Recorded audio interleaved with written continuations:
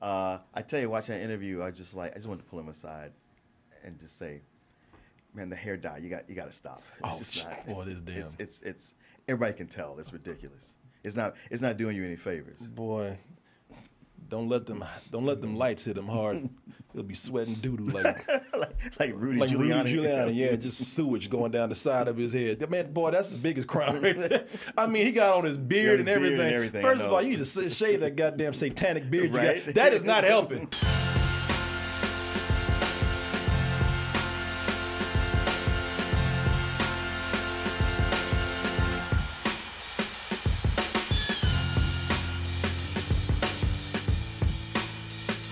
So, everybody has seen this documentary right here, even though some people say, you know what, I wish I had never seen this. I wish I had never known the truth about Dan Schneider and Nickelodeon when I watched that documentary, Quiet on the Set. No one had ever really done sketch comedy starring kids for kids. He launched the careers of child actors who became major stars. Hostile work environment, harassment, and it was so devastating. Oh, people grew up on Nickelodeon. Funny thing is, I grew up on Nickelodeon. Yes, that's right, my old ass.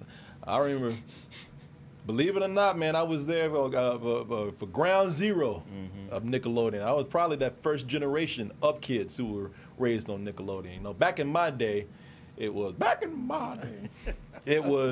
things like You Can't Do That on Television, Danger Mouse, a show called Pinwheel, Are You Afraid of the Dark? You know, but hey, there were some things that we still had in common with the kids today. Was the Tomorrow People part of The that? Tomorrow People on there, yeah. Tomorrow People. What's that song? How's it go? You remember that? That's an old Jamaican song too. Is it? From Ziggy Marley. Okay. Tomorrow People, please know your pastor. It's saying just a different thing though. Yeah, Pete and Pete was later, but I have some things in common with you kids out there. You know, we all was getting slimed back then, or wanting to get slimed. You know, we had the game shows that were on there. Yeah, and we all felt like we had a common place with our fellow kids. You know, it was a club just for us. Hello, fellow kids. Yes. Well, at the time I was 11 when it came. I was 10 or 11. Okay. So that's how they sold it. They sold it just like they're selling. In fact, we kind of have it a little. I think we had a little bit better because I mean back then it really was the first channel for kids, and it was and there were no adults around. If there were adults around, you know the kids got to talk shit to them. That's true. Yeah, man, we made them look stupid. We were the ones running things around here. Yeah, man. Yeah, it was really cool and. But the only thing that was different is that we just didn't have an asshole running things. it was really more pure back then. We didn't have no Dan Schneider, you know, messing up the program back then. We didn't have no Dan Schneider being a tyrant and just doing weird stuff to kids. You know, it was a more pure place at the time. And yeah, Dan Schneider, man, they had this documentary about him now. With this documentary, Quiet on the Set, where there was a lot of dark things that were discovered. This guy, who brought you some of the most popular kid shows, iCarly, all that. The Amanda Show. The Amanda Show, yeah, you know, little did any of us know that there was a lot of dark things going on behind the scenes. One, of course, Dan Schneider was very much an abusive leader. You know, the whole, of course, the phrasing goes the toxic work environment. He was also very sexist and just fucking weird. You know, it's like just crossing lines that he should not have crossed, doing things that were very inappropriate. You know, just barely hitting, you know, that line of, all right, you know, you almost teetering over into something that's kind of disturbingly sexual with these kids, you know, depending on how you look at it. And for those who didn't think that was the case, well, you know, we have a different story now. We're getting to that. But a lot of people thought, well, hey, man, should he apologize? Come on, leave the man alone. You know, people change. You know, I mean, he brought us great things, and he, you know, at the time he was under a lot of pressure, and those weird things that he was doing, that weirdness brought us the shows that we love. So leave the man alone. Oh, but only if we could, because a lot of people not. They said, no, hell no, we ain't forgiving shit, and we ain't letting you off the hook for this. I don't care how much you change. But even if you wanted to, well, you know, it just more and more just keeps coming up. Now we got some of those new allegations out there. This time, another Nickelodeon alumni is stepping out with her story about Dan Schneider and her experience, her very personal experience with Dan Schneider. And now, Lori Beth Denberg with more vital information for your everyday life. It's good to make a sandwich. It's weird to make out with a sandwich. When left in the sun, mayonnaise grows hair. If you're on a first date, it's a bad idea to say, so, what's the biggest loogie you've ever hocked up? Oh, people like, man, that was the last bit of pureness I had. You know, Lori Beth Denberg, man, you know, she didn't come out and say nothing. I guess she made it out all right. No, nobody gets out alive, man. Unfortunately, Lori Beth Denberg has come out and, as I said, she's talking about her very bad experience with Dan Schneider. And she did a whole thing in Business Insider talking about some of the odd and weird and disturbing things that happened with her and Dan Schneider. Activities of a sexual nature, massages, funneling, showing her porn. She said the finale was showing her a donkey having sex with a woman. Yeah. Why? Because Dan was fucking weird. That's why. Because he was always, that was his idea of, like, you know, pushing things and being funny. Jesus, man. When That's not something you do to a grown woman. No, you know what? That's not something you do to a donkey. You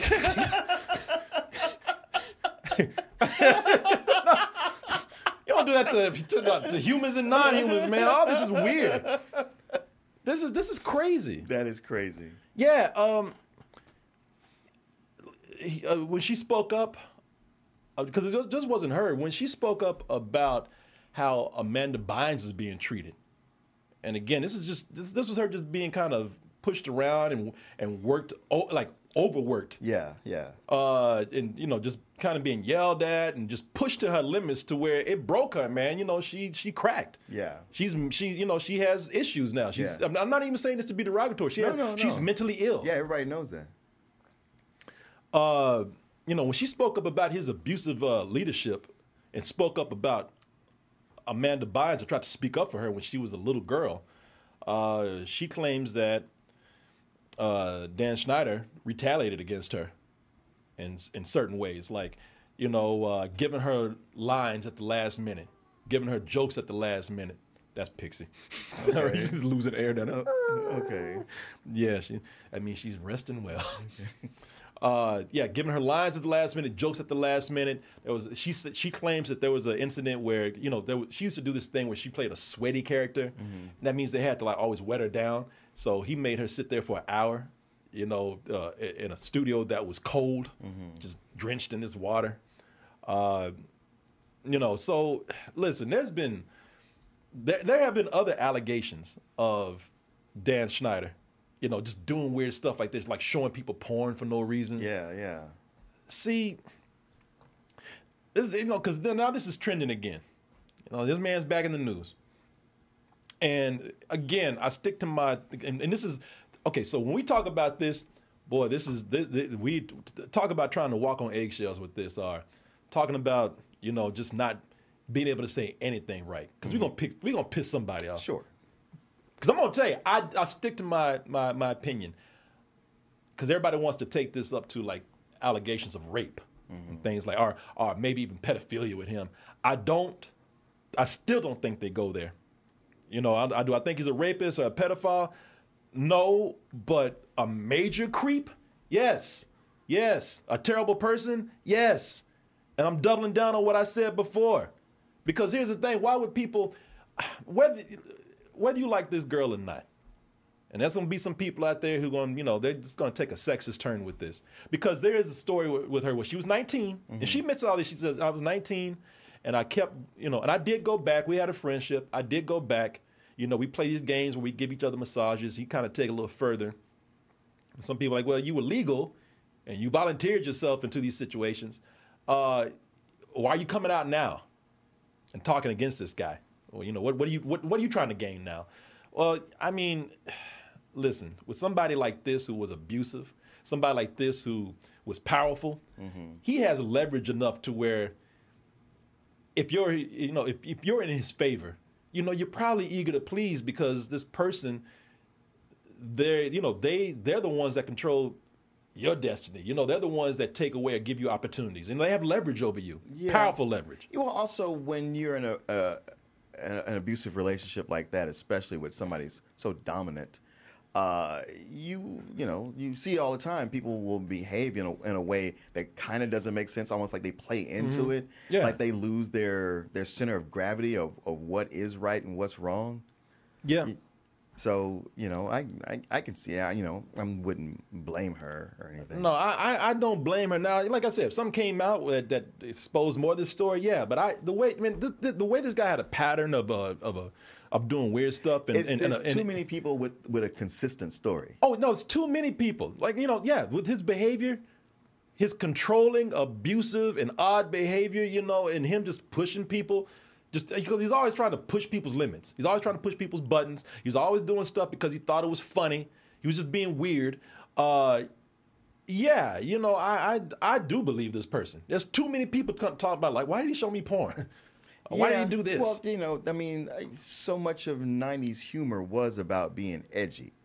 So I can see how he would fall into a culture of that. But he really lost the thread of, like, when it's okay and when it's not okay. See, this is because you and I differ on this, but I've said this before, and I really believe it now. Like, those things where he was doing stuff on those shows and having the kids do like this behavior that bordered on sexual, and it was just and after a while it just kind of looks creepy in retrospect. Sometimes I wonder if you can get juice from a potato. I do believe he was pushing those limits. I do believe there's kind of a sexual thing behind it because he could get away with it. He was powerful enough to push that stuff through, and I think he thought it was funny. I think he thought that, you know, maybe somebody's going to catch the double entendre here. And at the time, it was funny to him.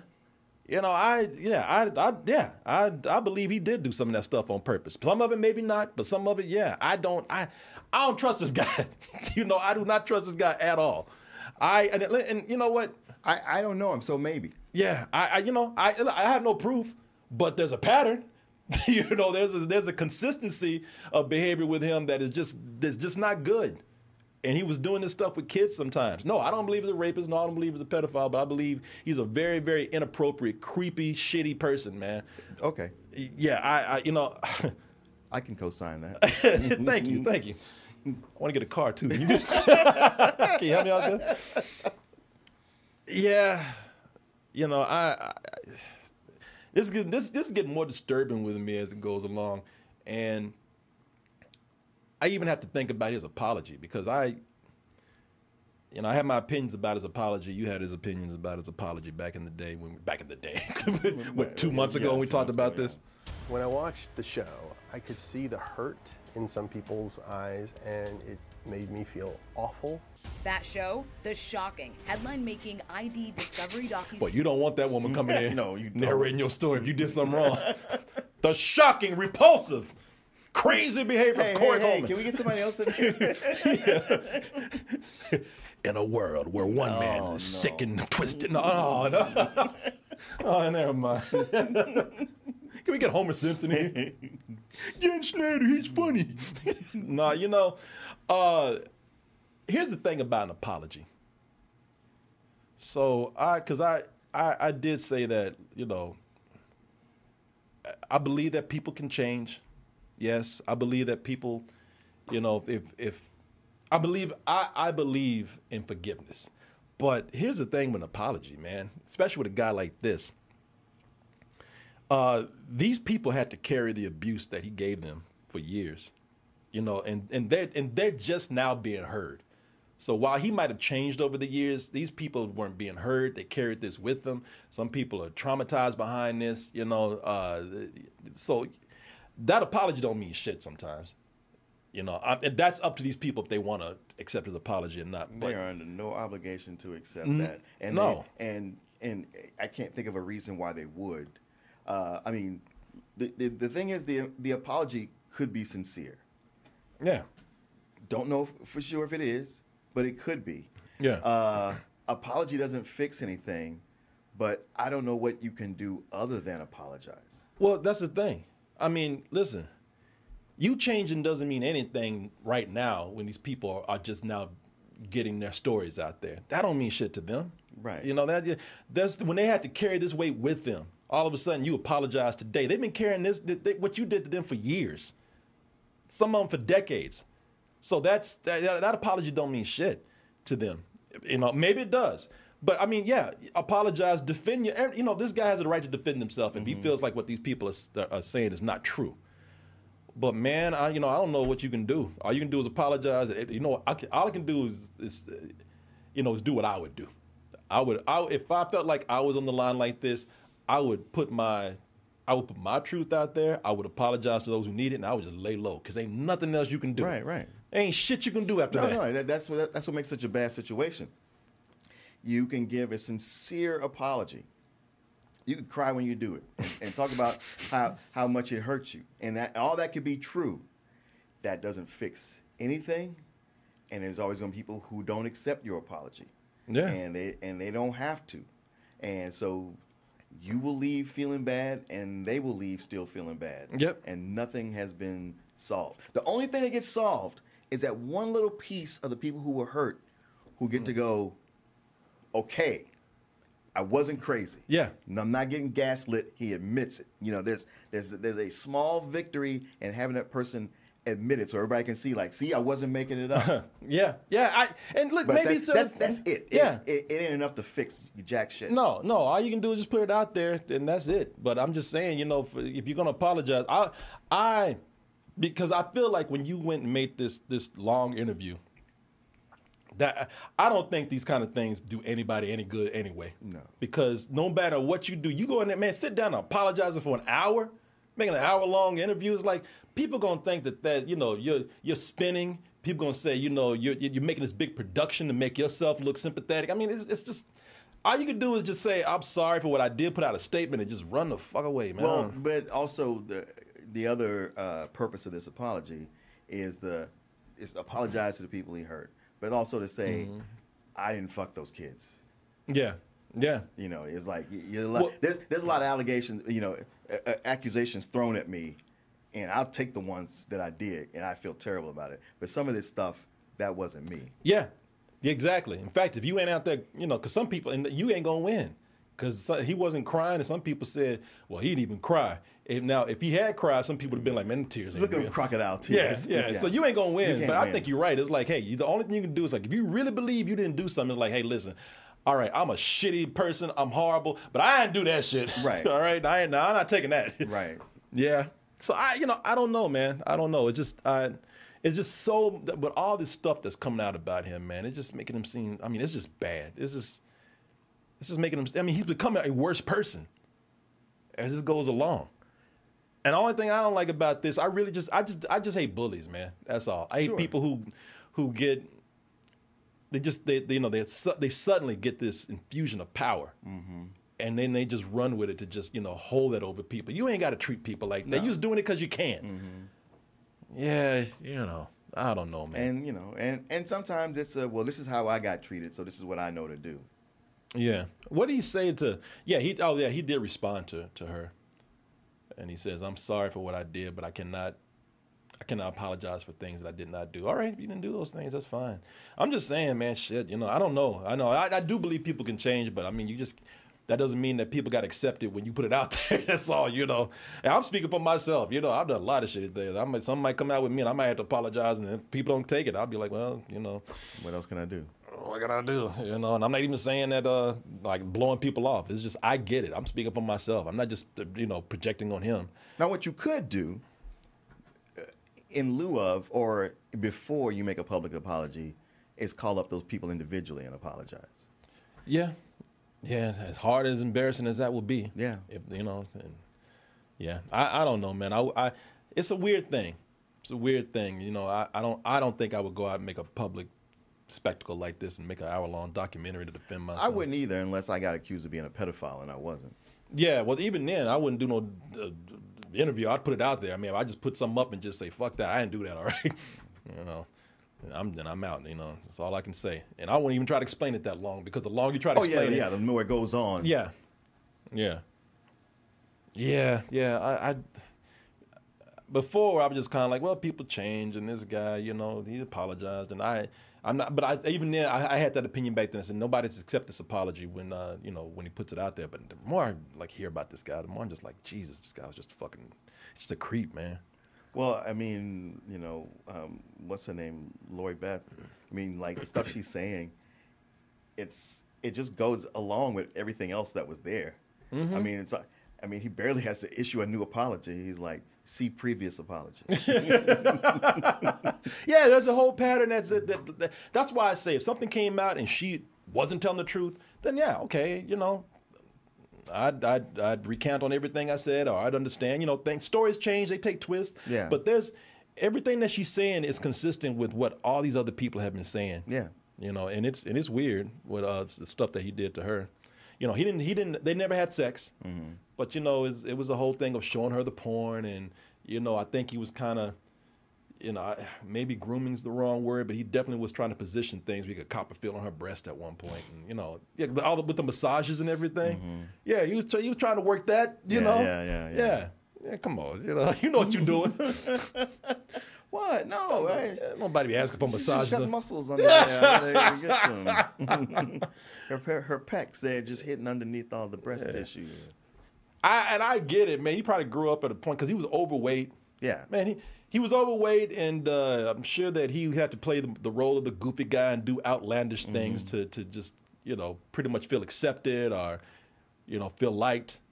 And so he probably just had this behavior where he was pushing it because that's what he was used to doing when he was like the fat, jolly guy. You know, but that, man, and his social skills were probably bad, you know? Yeah. That's usually what happens. Yeah. They get the power and like, oh, suddenly the women. And it's usually somebody going like, man, when you get up there, the women, they just come after you. So you buy into the myth and go with it.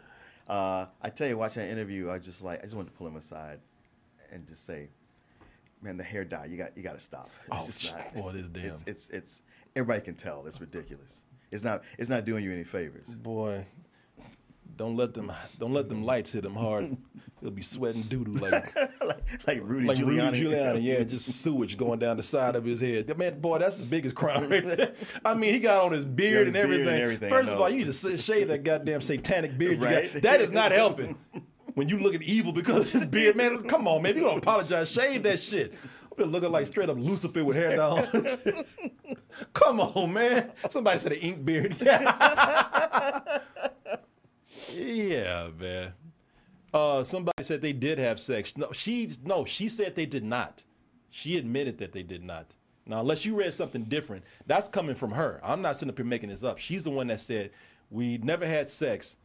What he did was he started inching in with the massages, you know, trying to Copperfield and funneling her, you know, her breast and whatnot. And then they had phone sex. When he called up, he tried to like steer it into phone sex with her. So yeah. So no, that didn't happen. There were things of a sexual nature, but they didn't have sex. I like how they started as like, no, he did not have sex with her. So get that out of your head. Now, he tried to have phone sex with her. Yeah. Like, oh, shit. Well, he tried. He tried to steer that into some sexy talk. Hot, steamy Schneiders are standing by to take your call. Hot, dyed, satanic-looking Schneiders. Yeah. Boy, he better be glad nobody was texting back then. And oh, hell no. Yeah, man, you just missed it. Yes, got some wiggle room to go like, I didn't really do that. Yeah, you better be glad Steve Jobs is still working on that shit. Yeah, no, now Beth, I know the other one that said they had sex. If you see something different, I could be wrong. I thought I read that they didn't because all that other stuff was significant. Because she made a point of saying, well, he tried. You know, he's trying to get in there. Yeah. So anyway, y'all. I would not be surprised if something else came out. But yeah, man, just lay low. Just don't say nothing. Shit. The damage is done. Yeah, it's like nothing. Yeah, you can't do nothing now. No, you can't. In fact, you're just gonna make it work worse if you come out and do this. I'll have phone sex with him. I want to know what he's gonna say. You like my beard? I can make it blacker. Say you feel the scruff.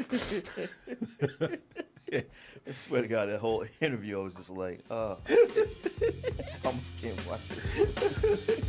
Because of all that diet. That old Dookie diet on, yeah, man. All right, y'all.